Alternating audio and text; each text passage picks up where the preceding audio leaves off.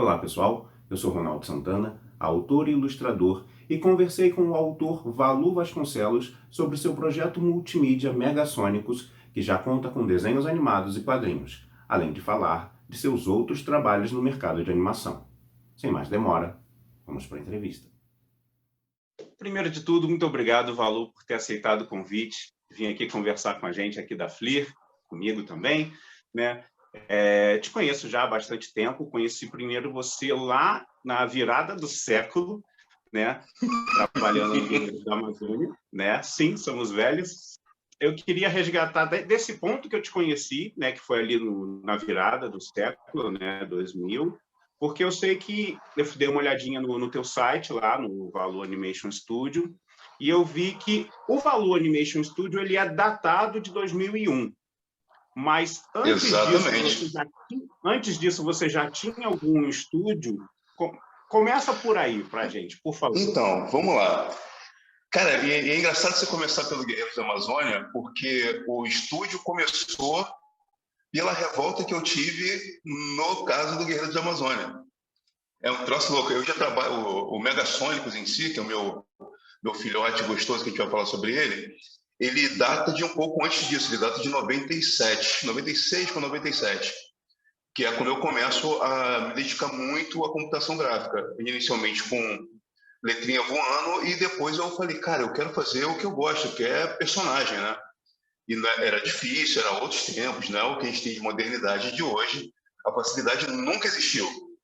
Mas aí, no meio do caminho, entre um teste e outro, um amigo meu chamado Clayton Vital, que fez a música do Guerreiro da Amazônia, ele conhecia Neto Favaron, que é o cara que conversou né, dito, é o Papito, que teve o desenho original dos personagens do Guerreiro da Amazônia, e aí ele estava começando a ter a ideia de fazer um desenho animado, e o Clayton sabia que eu fazia computação gráfica, que já tinha o Megasônico, já tinha um monte de coisa que estava testando e estava acontecendo, já tinha menção na New Tech. E aí, nesse escritório do Neto, ele conseguiu um investidor, que era o pai do Ronaldo, seu xará. Isso. Ele falou, vamos para a Torre do Rio Sul?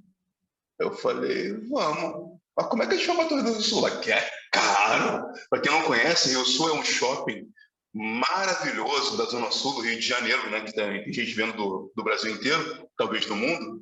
Então, assim, imagina um shopping chique. É o Rio Sul. E em cima do Rio Sul tem a Torre do Rio Sul, que é uma torre empresarial, onde somente as grandes empresas do Rio de Janeiro colocam lá grandes agências de publicidade, a Silvus Fly estava na Torre do Sul. E aí fomos para lá com o Guerreiro da Amazônia, que ainda não era Guerreiros da Amazônia, era uma ideia, a gente estava elaborando junto, e éramos sócios. Não deu certo ali. Tiveram algumas divergências, tiveram algumas complicações, e que isso aí fique para os anais do universo de conhecer. O muito importante é que, no meio do caminho, dito o Papito, eu e o Homero Dias, que entrou depois, que era um especialista em maquete eletrônica, em After Effects, meio que formamos uma empresa. A ideia era ser uma empresa, para a gente fazer os nossos projetos, que inclusive era o Butonet, na época em que estavam começando Pokémons, ele era um botão que se transformava em monstro dentro da internet. A ideia era até boa. Mas aí, era junto com a bolha da internet. E na bolha da internet, tudo era $1 million. Você tinha uma ideia, ela valia $1 million. Você tem que ser uma startup. E para você ser uma startup, você tem que estudar a parte de finanças, estudar como é que faz o business plan e tudo mais. E eu sou uma pessoa imediatista pra caramba. Eu sou nerd. E aquele nerd que você fala, pô, a ideia é, sei lá, construir o Adadas. Irmão, no mesmo dia, eu estou buscando tudo que existe sobre o Adadas e botando em cima da mesa, estudando que nem um demônio. E no dia seguinte, eu sei tudo sobre o Adadas e vamos produzir. E o ritmo da rapaziada era outro. Era, não, vamos treinar mais um pouquinho, vamos estudar mais um pouquinho. E nisso passaram-se alguns meses. E aí, cara, ficava aquela coisa de vamos, não vamos, vamos, não vamos, vamos, não vamos. Eu falei, cara, eu preciso andar, cara. E aí em 2001, finalzinho de 2001, eu falei, velho, eu gosto muito de vocês, eu vou fazer o seguinte, ninguém quer abrir a empresa. eu vou abrir a minha, se vocês quiserem, vamos juntos. A gente abre a nossa. Se não tiver a nossa, vai ter a minha. E não tem problema nenhum de fazer o projeto pela minha. Mas eu vou fazer alguma coisa. Eu, nesse momento, sinto no meu osso, nos meus bones, como diz o americano, que é o momento que eu tenho que dar o start, velho. Senão não vai acontecer. E aí eu abri o Valor Animation Studios, que está, se não me engano, 21 de setembro de 2001. Mas eu já trabalhava muito com publicidade, fazendo maquete eletrônica, fazendo programas de televisão, design para programas de televisão, abertura de programa direto, dirigia algumas programações visuais, fazia abertura de documentários, fazia abertura de programa para TV Escola, TV Brasil, TV... Tudo quanto é publicidade e coisinhas que eu pudesse treinar, eu estava no meio. Aí chegou um momento que eu falei, putz, eu consigo fazer sozinho, do início até a pós-produção, 5 minutos. Entendi. E aí, no caso, como você falou, você já tinha o Megasonics planejado, né? Mas o Megasonics que você tinha de 97, ele era o Megasonics que você chegou a publicar depois, ou você mudou tudo que você tinha pensado e só reaproveitou o nome? Cara, é muito bom que assim, quando você começa, pelo menos o que aconteceu comigo, tudo que você está fazendo é a cópia de alguma coisa descarada. Então, o Megasonics passou por Mega Man, a história já se passou no presente e ela copiava o que eu fazia, porque eu ando de skate. Não muito agora, porque, né, um senhor de idade. Mas, assim, eu andava de skate, então ele já teve a calça hip-hop com a barra da calça no joelho, e a outra calça lá embaixo, já teve faixa na cabeça. Ele foi meio que seguindo, inicialmente, a minha vida. O Megasonics era eu dentro de um universo muito louco, muito expandido e tal, e que eu não tinha muita ideia da história. Eu sabia que eu queria fazer alguma coisa inicialmente, era 2 amigos mesmo, porque são 2 lados opostos da mesma moeda que sou eu, não tem jeito. E como é que você coloca alguma coisa que é tão igual e, de repente, expõe em lugares diferentes a estímulos diferentes, e como é que isso se transforma dentro do mundo, e como é que você consegue, dentro do seu ciclo de amizade, naquelas que são mais profundas, como é que você consegue trazer de volta um amigo, ou como é que você consegue se modificar para que se torne um espelho e ninguém se perca no meio do caminho. É a adolescência, né? A adolescência é meio que isso, você está aí com todo mundo que é muito parecido, todo mundo querendo ser igual para poder pertencer, mas chega um momento que as individualidades começam a surgir, dependendo de como é que é a sua família, dependendo de como é que é o entorno, como é que é o seu colégio, como é que é o seu ciclo de atuação social. E aí eu falei, cara, isso eu acho interessante, porque assim, eu gosto de antropologia. E junto com isso, tinha uma coisa que eu sempre gostei, como dizer, eu sou nerd, que eu entendi que o mundo estava muito indo para o fim, o nosso mundo. Se você lembra, tinha a Eco 98 que estava acontecendo, ou Eco 92, enfim, tinha uma Eco que aconteceu aqui no Brasil. No Rio foi a 92. No Rio foi 92, né? Isso. E isso ressonou muito na minha cabeça, que eu comecei a falar, velho, a gente está muito fazendo mal ao planeta de forma continuada. E pelas projeções que tinha lá naquele encontro, que muita gente nem deu muita pataca, eu entendi que a gente estava realmente indo para um momento que era ruim. E eu comecei a pesquisar sobre isso. E aí eu fiz algumas previsões de futurologia. Uma delas era que realmente a camada de ozônio estaria muito deteriorada em 2054, que é onde se passa os megassônicos, e que a gente teria que vestir roupas que tivessem uma proteção, como se fosse uma segunda pele, para que a gente não tivesse queimaduras para câncer de pele. Para minha surpresa, isso virou a roupa UV, que existe, passou a existir. Eu fiz uma previsão de transporte maglev, que não chegou, mas a parte de ser veículos automotores independentes com inteligência artificial já aconteceu. Ponto para mim. Ponto para você. Cara, eu fiz algumas coisas que eu falei, cara, o mundo está passando por uma transformação. E o que será natural, porque a humanidade não é inteligente o suficiente para admitir que está errando, é que isso vai dar realmente problema. Aí, tanto que no Megasonics as árvores não existem mais. E isso causa a falta de oxigênio. E o oxigênio é oxigênio artificial. E temos uma praga que muito pouca gente se atentou ainda, que realmente acontece que o oxigênio se torna tóxico o suficiente para poder matar a vegetação. Isso está acontecendo. E aí eu falei, cara, como é que eu boto tudo isso sem ser só um professor? Sim. Ia ficar chatão, né? Falar, gente, salve o planeta. Ia virar só um eco-ativista e tal. E isso foi meio que crescendo, né? E a essência foi se tornando o que ficou na gaveta durante muito tempo. Porque, assim, eu fiz várias possibilidades de Megasonics. O fato de eu não ter publicado naquela época, não ter conseguido fazer a animação em si, a série em si, naquela época, foi muito bom, porque a ideia foi decantando. Eu fui entendendo qual era a essência realmente da história e para que cada personagem servia.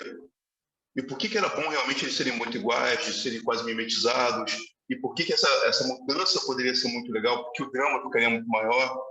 Se você começa com um personagem que já tem... O roteiro, ele meio que manda se fazer isso, né? Ter sabores muito diferentes, e a complementaridade, ela vai te dar a história.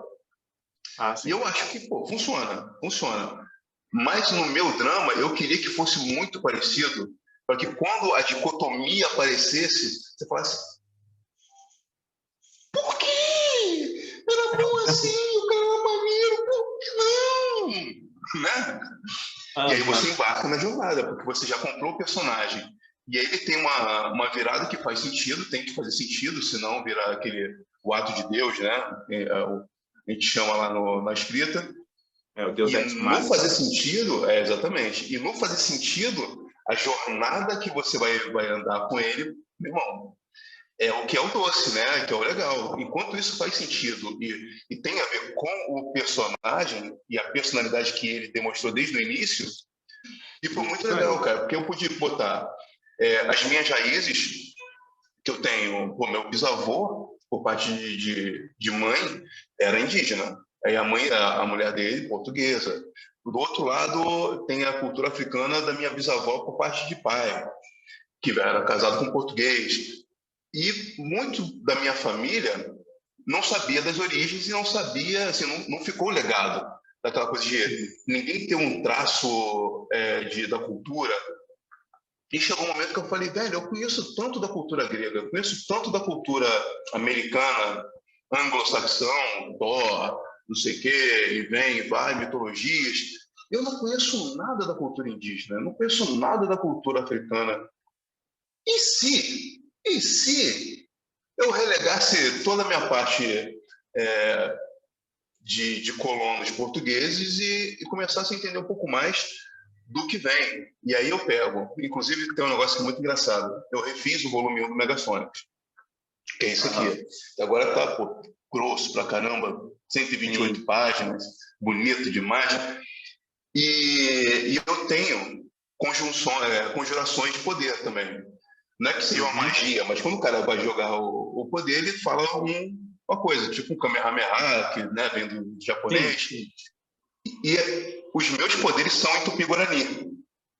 Não, você acabou de falar sobre essas origens do Megasônicos e você até já mostrou para o pessoal rapidinho o impresso do quadrinho, mas originalmente você pensou nele para ser animação, né? Então, assim, durante muito tempo o projeto era apenas animação, tanto é que a animação saiu primeiro, né? E depois é que virou mangá. Na verdade, foi junto, cara. Assim, é que os bastidores aconteceu de um jeito e para o público saiu de outro completamente diferente. E quando eu consegui fazer 5 minutos de animação, eu falei, vou fazer minha série, que era o Megasônicos. Já tinha alguns testes que estavam rolando.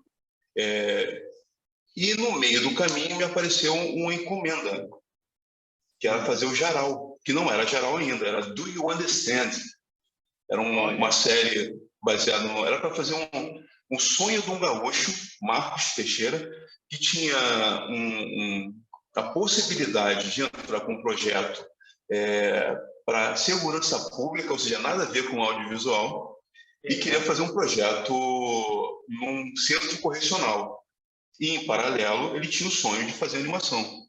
E, por acaso, o lance do correcional foi o que me pegou, que eu quis. E aí ele conversa, me mostra um livro feito por uns garotos que ele meio que ajudava lá, dava um dinheiro para os caras. Era coisa muito de criança mesmo. A história era ruim, o livro era ruim. E aí ele me falou do projeto do centro correcional. Eu falei, pô, peraí. O livro eu não gostei não, mas isso aqui eu quero fazer. Porque eu estudo em colégio público desde muito pequeno, desde meus 8 anos de idade.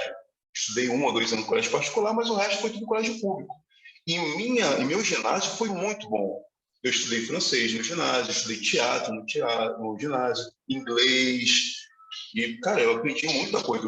O francês que eu falei, sei lá, há 10 anos atrás, quando fui a primeira vez para a França, foi o francês do ginásio, que eu nem lembrava que lembrava.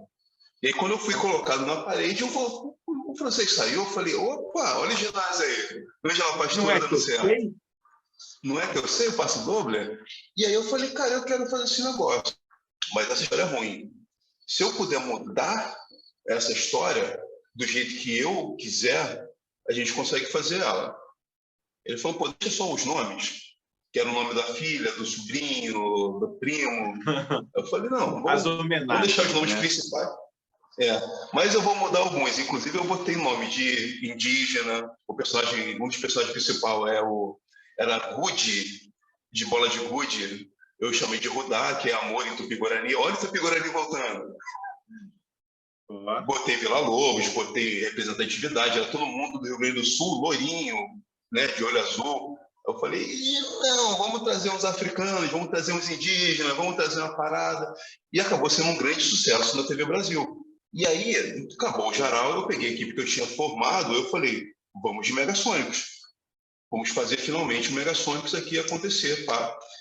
E no meio do caminho, eu já tinha criado uns meus seguidores, né? Que eram pessoas que eu peguei desse projeto social. Infelizmente não foram os internos que acabaram ficando, mas foram pessoas que passaram, porque era um projeto aberto também para a sociedade. Ali em São Gonçalo, perto da Praça Zé Garoto e tal, no Criante lá.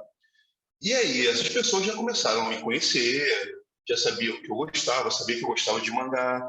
E a gente estava fazendo um anime, que o Jaral, querendo ou não, é um anime. Sim. E aí, pô, todo mundo vendo anime todo dia, mas também lendo, dentro da estrutura, mangás.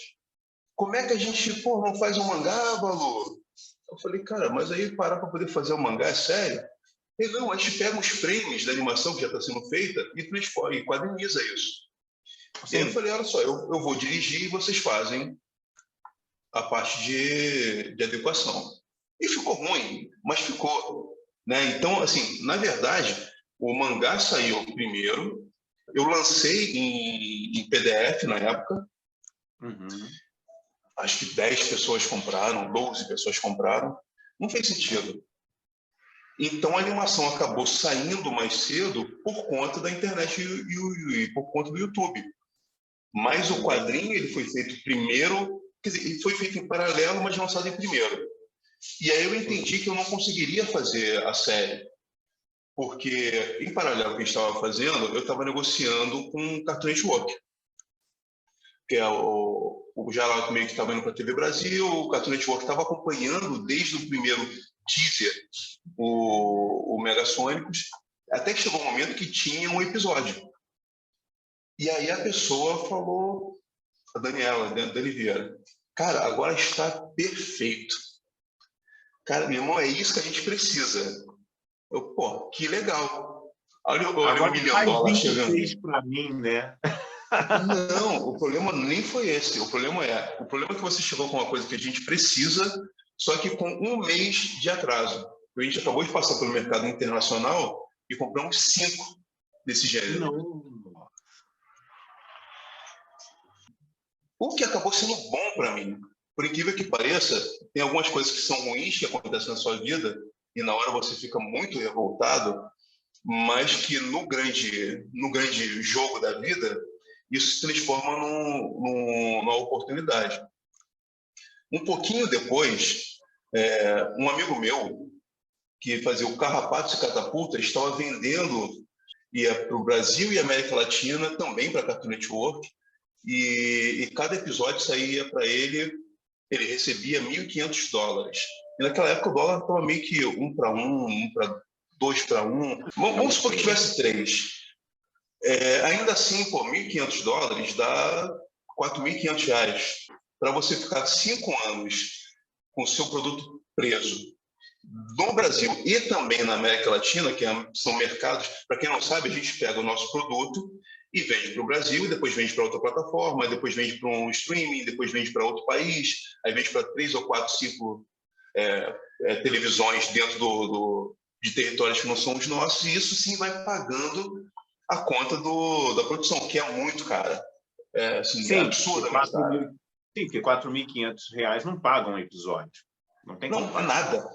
E aí eu comecei a me perguntar uma coisa muito interessante, era quanto eu precisava me pagar para não precisar vender a minha alma para uma televisão. Sim. E aí já estava a resposta. Com R$ 4.500 que eu ganhasse, ou que eu me investisse de alguma forma, era um episódio a menos que eu vendia para alguém. E que eu podia, dentro desse mesmo prazo, tentar ganhar esse tipo de dinheiro. Se eu conseguisse ganhar $4.500 com esse episódio, que não fosse para vender para os outros, eu era melhor do que a Cartoon Network. Sim. Faz sentido. Sim. E estava começando a ficar muito mais popular o YouTube. E não podia veicular no YouTube se você estivesse na Cartoon Network, se estivesse na Disney, porque fazia parte do contrato a exclusividade de direito. Exato. Eu falei, cara, internet é legal. E eu já tinha ficado meio bolado, porque na mesma época eu tinha descoberto que eu era o número 1 na parte da manhã e na parte da tarde na TV Brasil. Eu falei, velho, tudo que eu preciso para fazer um negócio.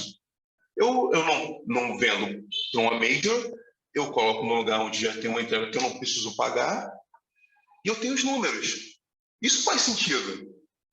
E aí eu falei, beleza, eu vou refazer toda a minha vida. Eu vou usar os 3 projetos que eu tenho, que um era o Megasônicos, o outro era o Geral, que já estava vendido para a TV Brasil, e um era As Aventuras de Potinha da Luz, que é um infantil, que depois virou um livro também. Então, cada um desses eu ia colocar no lugar. O Megasônicos eu sabia que ia ser meu boi de piranha para a internet. As Aventuras de Potinha da Luz eu estava fazendo uma experiência de como colocar na mão de um agente estrangeiro para poder fazer o licenciamento lá fora. E o mainstream era do Geral. A ideia era que eu fosse aprender com cada um deles na porrada mesmo, assim, com todos os erros e acertos que pudessem ser inerentes a cada vetor de possibilidades, eu ia entender qual era a minha pegada. E aí, finalmente, a audiência teve acesso ao Megasônicos Animação, mas isso foi, velho, muito tempo depois. Muito tempo depois mesmo que o quadrinho aconteceu. Só que ninguém conhecia o quadrinho. Sim. E aí vem o quadrinho regressando só em 2016, que foi quando eu consegui uma gráfica que tivesse um preço não tão salgado, e eu entendi que 120 páginas era inviável. Eu dividi em 4 e me tirei em 3 partes o quadrinho, ficou cada um com 44 páginas, não era uma divisão exata, né? E aí eu fiz esse aqui, cara, que foi o primeiro Megasônicos, que a capa, inclusive, foi feita junto com a audiência, onde eu entendi outra coisa. Eu falei, cara, eu tenho um lugar, que é o YouTube, onde eu tenho pessoas que vêm, que não me conheciam antes, e que agora acompanham. Isso pode se transformar em cliente.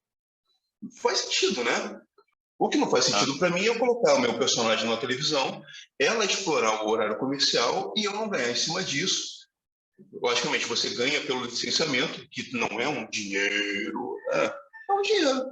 É um negócio que, pô, legal. no montante, você vendendo para vários, se torna um business, se torna um negócio, se torna um mercado. Sim. Mas, assim, ele para em si. E o YouTube me trouxe essa possibilidade. O que depois se tornou algo que meio que se engessou, né? Que os algoritmos se tornaram mais normal também, se tornaram mais favoráveis ao YouTube, ao que ele queria, às diretrizes que ele estava interessado na época, mas o conceito estava meio que lá. Pessoas que gostam do trabalho do estúdio, comprar coisas do estúdio. E foi o que eu acabei fazendo.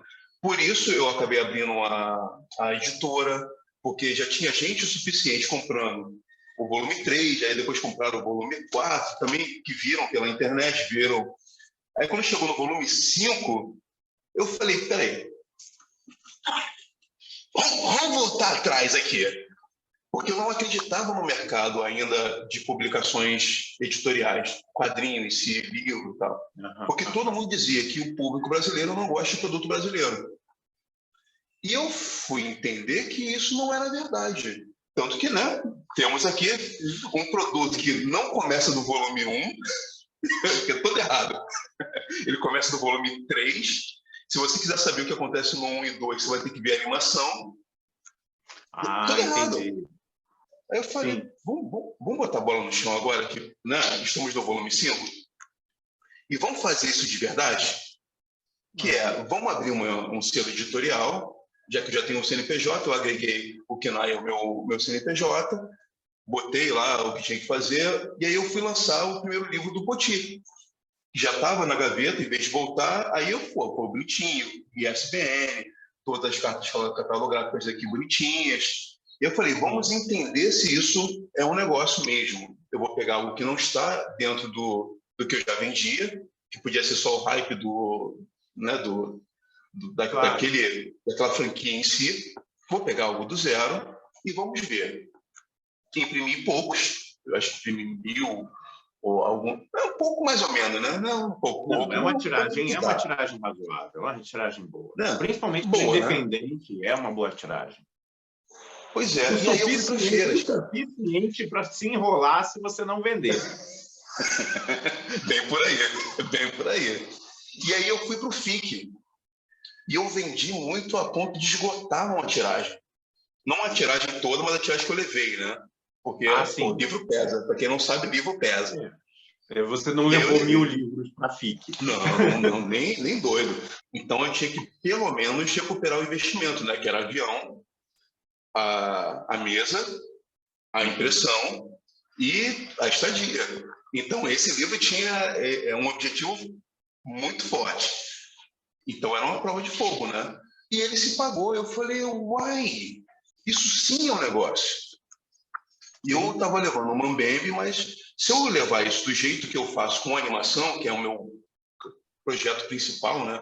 Onde a minha empresa foi fundada, eu acho que isso pode ter uma relevância interessante. Eu não quero estar em livrarias, porque já tinha um problema das livrarias estarem falindo, não estavam repassando os valores para os autores. Mas agora eu tenho um público que está comigo, ele não está com a TV Brasil, ele não está com o Cartoon Network, ele está com o valor. Sim. E eles estão vendo que isso está sendo feito. Alguns dizem, pô, que legal, e é só o que dizem, e é tapinha nas costas, e outros dizem, cara, eu quero ter isso aí. E todo mundo meio que enchia o saco. Pô, faz o volume 1 do Megasônicos.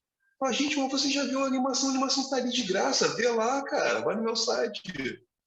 Aí o povo, não, mas a gente está colecionando, pô, já colecionou o 3, já colecionou o 4, já colecionou o 5. A minha coleção bonitinha, direitinho. Exatamente, claro. Eu falei, velho, isso vai dar ruim, cara, que são 112 páginas.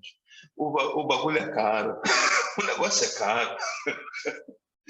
Aí eu falei, eu vou imprimir, se vocês não comprarem, eu vou ficar muito bolado. E aí, passou o tempo, eu dei mais prioridade, logicamente, ao trabalho que me dava dinheiro, que é a animação, mas aos poucos eu fui refazendo. E a história foi ficando melhor. E aí eu fui reescrevendo, e fui redesenhando. Tudo ficou melhor. Comecei a colocar mais elementos, mais adereços, mais não sei o quê. Trouxe mais ainda a cultura indígena para dentro do negócio. Expliquei um pouco mais, inclusive contextualizei com a relação do meio ambiente que eu tinha colocado. Tem uma série de notas de rodapé porque no original não tinha, para explicar os contextos. Ficou rico, ficou bom o negócio, né? O negócio, eu li assim e falava, nossa, que legal, como leitor, né? Isso me deu muita alegria. E aí eu falei, cara, beleza, refiz. Eu vou apostar nesse negócio. Então, eu paguei a impressão, e em vez de 1.000, eu botei 2.000 cópias. Esse menino é doido, né? Quer problema. E aí eu falei, velho, agora eu não tenho mais volta, né? Eu já botei o dinheiro. Aí me força a fazer uma baita publicidade e tem que dar certo. Agora tem que vender. E, velho, em 30 dias, vendeu, eu faturei quase R$ 12.000 na pré-venda. E, cara, não foi uma coisa absurda, eu não gastei dinheiro com publicidade. Foi uma coisa organizada, né? Um materialzinho bacana, dizendo o que era o projeto, a que se tratava, qual eram os personagens principais, um videozinho maroto. E ele já sai um produto trilingue. Porque aí eu falei, já que eu vou realmente fazer um investimento, eu quero ganhar dinheiro. Eu não quero só botar na praça ali e ser só uma conquista pessoal. Não, eu quero ganhar dinheiro mesmo com isso. Então, ele já vai sair na Amazon em espanhol e também em inglês, versão eletrônica, e o português vai ser só a versão impressa. Que aí já era uma que eu não vou reimprimir, esse tipo de coisa, não tem um distribuidor trabalhando lá fora, mas as pessoas que estão lá fora consomem o virtual. Então, Valu, eu queria saber de você, cara, o que mudou, né, nesses últimos 2 anos, né? Porque antes você estava fazendo a divulgação dos seus quadrinhos, como você mesmo falou, você fez uma pré-venda que fez maior sucesso, foi maior legal, e aí, de repente, chega 2020, mudando os planos de todo mundo, mudando os planos de todo mundo. E aí, como é que ficou isso para você? Explica para a gente o que você teve que transformar na tua vida para fazer os seus projetos andarem, mesmo sem os eventos. Cara, no meu caso foi muito pior até. Eu vou te explicar por quê. Ao entrar, depois de ter feito esse circuito de mercado independente, que você já participou algumas vezes também, quando eu cheguei na Bienal, eu já cheguei com outro olho, eu entrei com o olho de empresário. E quando eu vi a milhares de pessoas entrando ávidas para consumir, não é para ver, é para consumir material editorial, eu falei, velho, existe um mercado. Não é o que todo mundo diz que temos que furar uma bolha. Isso é um papo furado, velho. Isso é um grande papo furado de pessoas que não fazem publicidade. É só isso, na minha opinião. Eu posso estar errado? Posso estar errado. Mas o que eu vejo é isso. Se centenas de milhares de pessoas vão para 3 pavilhões do Rio Centro, que para quem não está aqui no Rio não conhece, é uma cidade. É uma pequena cidade, onde pessoas vão única, exclusivamente para consumir, para comprar impresso. E a Secretaria me chamou para ser um curador do espaço da Secretaria de Cultura do governo do Rio de Janeiro. Eu falei, vamos fazer o seguinte, eu vou virar sócio desse evento. Pode ser? Eu vou trazer os meus parceiros comerciais e eu quero metade do stand. E aí eu fiz um evento. E que, inclusive, ganharam um prêmio de melhor evento do ano do governo do Estado do Rio de Janeiro, com essa participação, onde eu levei a Priscila da TV Colosso, levei banda tocando, botei 57 autores independentes para poder vender quadrinho, chamei cosplay, roubamos a atenção do Maurício de Souza com nossas atrações, ou seja, fizemos um evento dentro do evento. O Eberton falou que ele nunca tinha vendido tanto na vida dele, e ele é um cara de vendas. O Jorginho dos quadrinhos, que vende fanzine, cara, esgotou a tiragem, todo mundo esgotou a tiragem naquele negócio. Cara, então é isso, né? Para eu vender as minhas coisas, eu tenho que ter um espaço bom. Para fazer um espaço bom, eu tenho que ou esperar alguém fazer, ou eu vou encurtar esse caminho e eu faço. E aí chegou a pandemia e fez assim, ó. Não! Essas coisas acontecem. Morreu. Aí o que acabou acontecendo? Eu tive que primeiro reavaliar toda a minha vida, porque assim, eu era a pessoa do evento presencial. E aí, cara, isso foi super positivo. O que a pandemia acabou me fazendo entender é que eu preciso ter espaços específicos com objetivos específicos e ser genérico não leva a resultado. Até pode trazer algum, mas ele não traz o resultado específico que eu queria. São para pessoas diferentes e tudo bem. Não é que um esteja certo, um esteja errado. É só ser alinhado com o objetivo.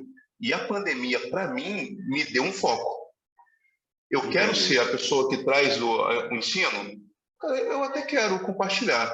Então, eu vou fazendo espaço para isso. Então, eu criei uma plataforma que já tinha feito sucesso com a campanha, né?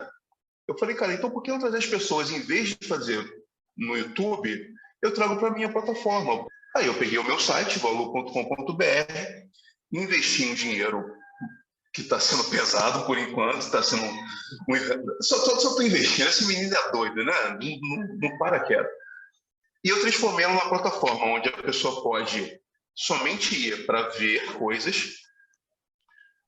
Ah, gostei, queria entender mais um pouquinho do que você está fazendo. Tem tutoriais, aí eu não faço mais tutorial no YouTube, eu só faço tutorial para lá, ou seja, naquele pedaço do site é um pedaço onde você vai só aprender. Ah, eu quero aprender mais rápido. Não tem problema, tem um espaço específico para você fazer o curso. Tá feliz? Pô, mas e se você quisesse me dar quer olhar o que eu estou fazendo, me dar um bisu? Tem um espaço de membros onde eu tenho oportunidades e alguns projetos eu dou esse bisu. Se você quiser, seja um membro pagante. E aí tem espaço para você receber dicas, tem espaço para você receber até empregos. Pô, semana passada eu botei 170 empregos para arte. Animação, direção de arte, todo tipo de arte voltado para animação e quadrinho, eu botei lá. Então é um espaço que eu controlo. Se tem uma coisa nova, eu mando a mensagem para o seu e-mail, que você está cadastrado no meu mailing list. Então você não perde. E aí, logicamente, quando eu tiver um próximo lançamento, esse lançamento será feito onde? Eu pergunto a você? Vai ser no valor.com.br. Valor Animation Studio.